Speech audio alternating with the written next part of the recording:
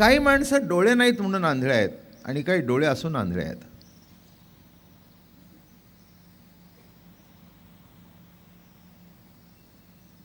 तत्वज्ञानामध्ये सहज आंधळेपण आहे.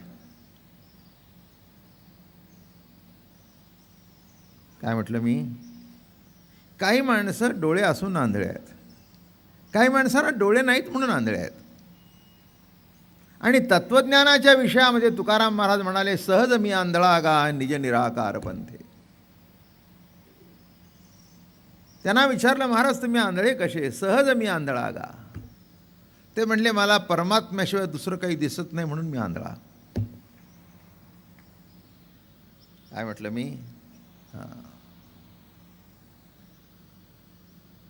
एक लक्षात घ्या, आंधळा म्हणजे कोण? एक कॉमन फॅक्टर आहे आंधळ्यामधला, ज्याला दिसत नाही तो आंधळा. दिसत नाही ही व्याख्या झाली. आंधळा कोण? दिसतो तो का दिसत नाही तो? दिसत नाही.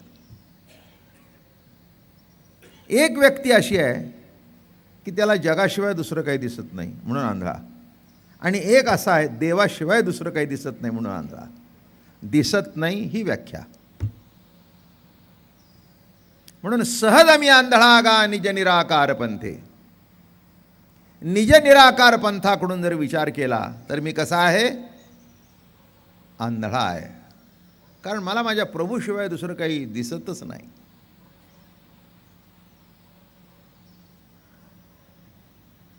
शाळा सुटलेली आहे, 700-800 मुलं गर्दीने बाहेर पडतात, आणि ती बाई आपल्या मुलाला आणायला आली असते. 8-9 वर्षाचं मुलं ती अशी बघते.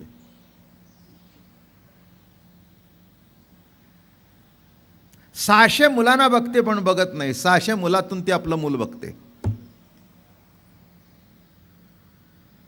600 मुलांच्या बाबतीत ती आंधळी आहे. 600 मुलातून आपले मूल बघते. म्हणजे समोरून जे येतं तिला कोणीही दिसत नाही, दिसतं फक्त तिचं मूल. 1-2-4 महिने गेले, मग अनुभव अमृत सुरू झाला.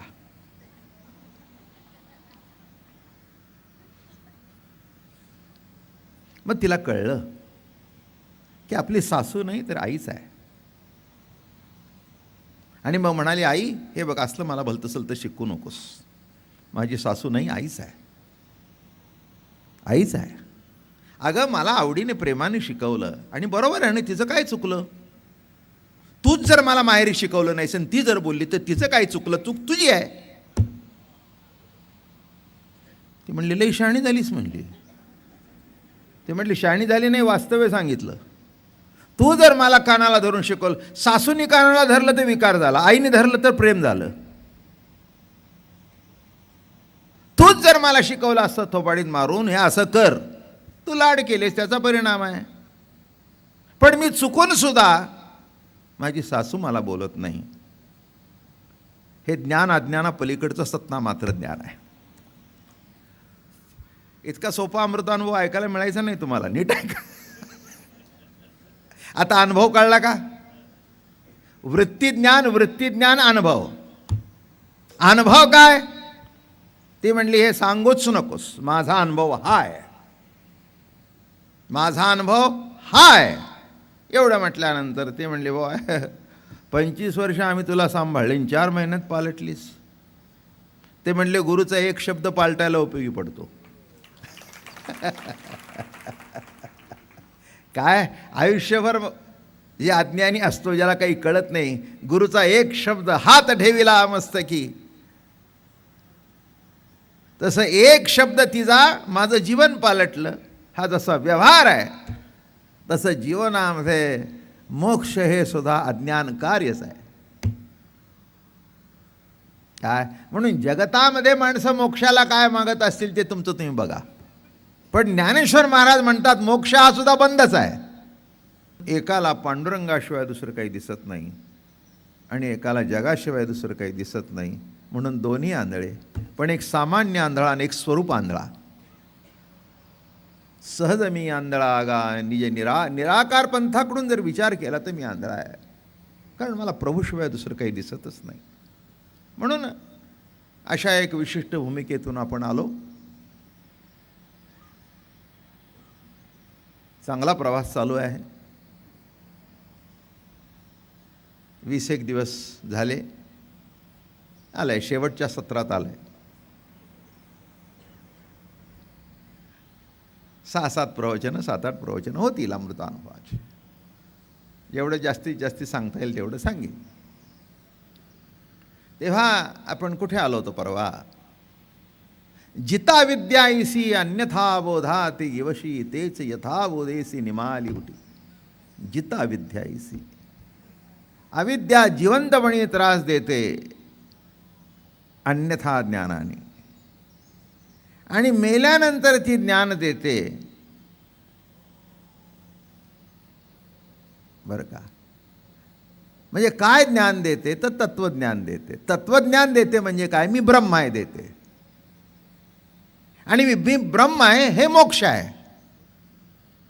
मोक्ष आणि मी ब्रह्म हे निराळे शब्द नाही आहेत. ब्रह्म झाला म्हणजे काय झाला? मोक्ष झाला. तसं पहिल्यांदा मी जीव आहे म्हणत होता, हे अन्यथा ज्ञान आहे, हे अज्ञान आहे.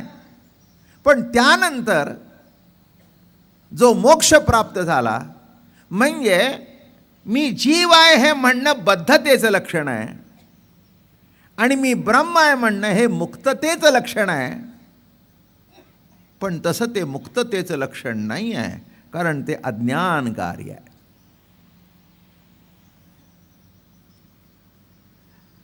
हां,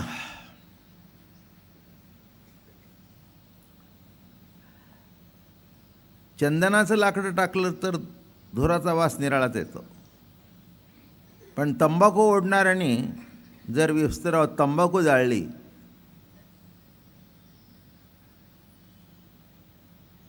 तर तो त्रास निराळाच असतो, नाही का? म्हणजे ते मिसरी लावली तरी घरात तो वास शिल्लक राहतो. कळलं का तुम्हाला? म्हणजे आपल्याला कळते या घरामध्ये सारंगी वाजवणारी मंडळी आहेत.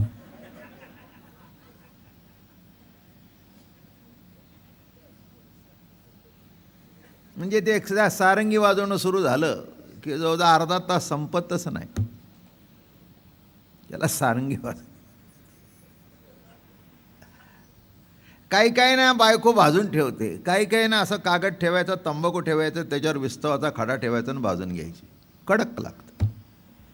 जाऊ द्या, ही माहिती असू द्या, तुम्हाला उद्या कराविषयी वाटली तर.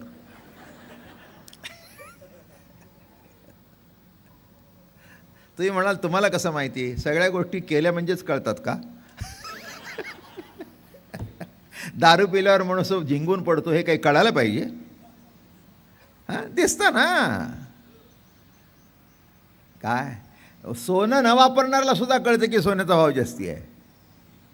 ते वापरायलाच पाहिजे असं काही नाही. जगातल्या प्रत्येक गोष्टी सगळ्या ज्ञात असतात असं काही नाही आहे. पण ज्ञात नसून सुद्धा जे काय ज्ञान आहे ते बरोबरच आहे ना.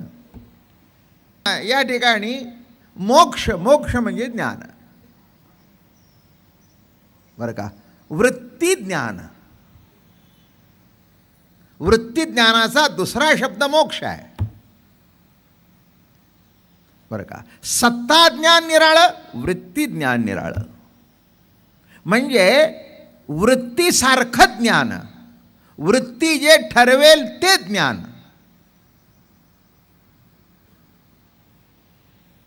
कसं सांगू? बर, असं नजर टाकली की दिसतं मला.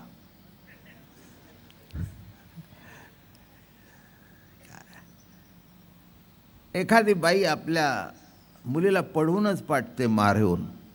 सासू वाईट असते. काय पडवून पाठवते? बघ, सासूच्या अंडर जाऊ नकोस आणि नवऱ्याला अंडर केल्याशिवाय राहू नकोस.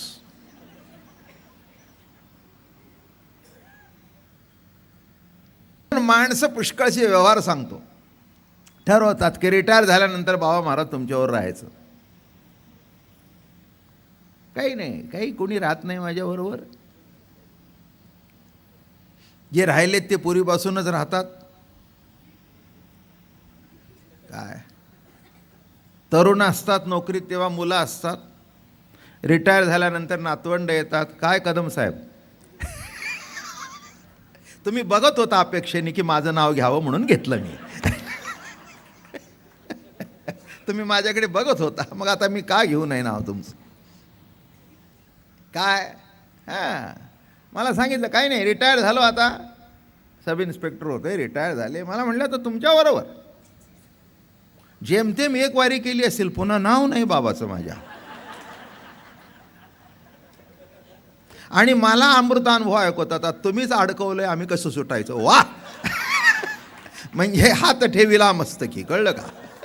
म्हणजे माझं ऐकायचं आणि माझ्या डोक्यावर हात ठेवायचं.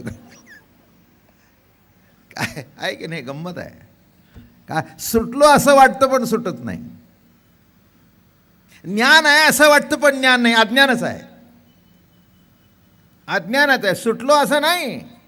आलं का लक्षात? मग काय, या मुलाचं आलं, त्या मुलीचं आलं, हिचं आलं, तिचं आलं, असं करता करता आपली तब्येत आली. काय म्हटलं मी? असं करता करता करता एक 7-8 वर्षात आता गुडघा दुखतो. आता कुठे वारीला यायचं? बरोबर नाही, चूक काहीच म्हणत नाही मी फक्त तुमच्या पुढे काय घडतं, जीवनाचा प्रवाह कसा चालतो. म्हणून एक इंग्रजीमध्ये चांगली म्हण आहे, ऐकण्यासारखी आहे. Man proposes and God disposes.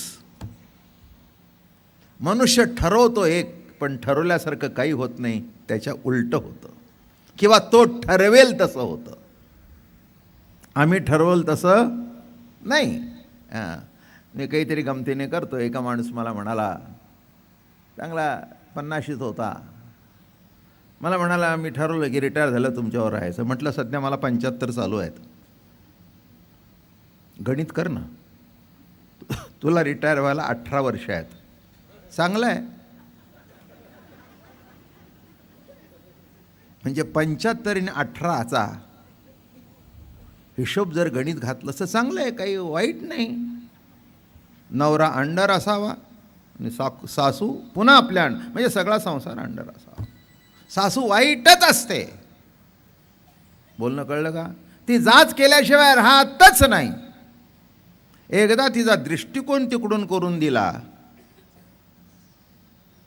की सासूने सहज जरी विचारलं, बाई चहा पितेस का, मी करून देऊ का, म्हणजे करून देताय म्हणजे मला कमी करण्याकरता करून देताय का, म्हणजे पुन्हा गावाला सांगायला का, बाबा महाराजाच्या प्रवचनात जाऊन बसाल आणि तिथे जाऊन सांगाल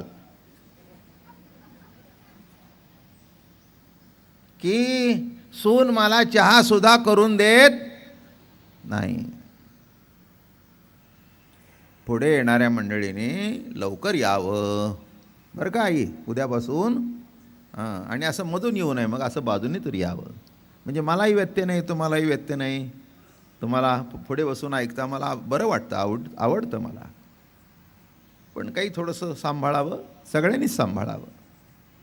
यायचं असेल तर असं बाजूने यावं. एकदम मधून येऊन बरं दिसत नाही, हातात चप्पल बिप्पल घेऊन ते बरंही दिसत नाही, शोभून दिसत नाही. असो, तेव्हा नीट लक्षात घ्या, काय आहे की एक दृष्टिकोन प्राप्त झाला. तो दृष्टिकोन आला की असंच वाटतं, वाईटच आहे. चांगलं म्हटलं तरी का तुम्ही चहा करून घेताय म्हणजे गावात जाऊन सांगणार का माझी सून काही करत नाही, निजून राहते, मी करते आणि तिला चहा देते. ती म्हणली तसं नाही ग, माझ्या मनातसुद्धा नाही, माझी एकुलती एक सून आहे, एकुलते एक मुलगा आहे. ठीक आहे, तू माझी आज नाहीस, पण मुलाला जन्म दिला आहे मी, तो जर माझ्या हातून गेला तर पुढे काय होईल. म्हणून तुझ्या भाषेत सांगते, तुझ्या करता नाही पण त्याच्या करता तरी मी तुला सांभाळून घेणार आहे. अर्थ काय? म्हणून तू झोपलीस तरी मला वाईट वाटणार नाही. माझी झोपली असती तर काही वाईट वाटलं असतं का? मग तू झोपलीस तर कुठे बिघडलं? तेव्हा माझ्यात काही उलटा अर्थ नाही, सुलट एकच आहे की माझा मुलगा मला सोडून जाऊ नये. आता याच्यातून तुला काय बघायचं ते बघ.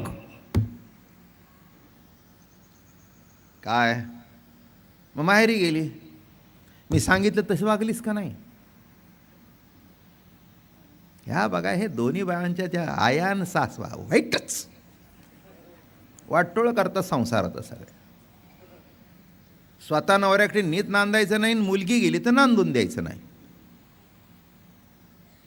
इकडेही अज्ञान, इकडेही अज्ञान. काय म्हटलं मी, लक्षात आलं का काय म्हटलं मी? इकडेही अज्ञान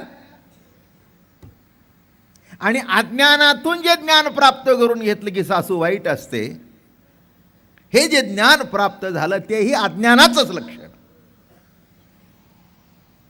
आता नीट कळलं ना? म्हणजे पुन्हा जास्ती काही समजून, म्हणून तुमच्याकडे बघितलं की मला सुचतं बघा.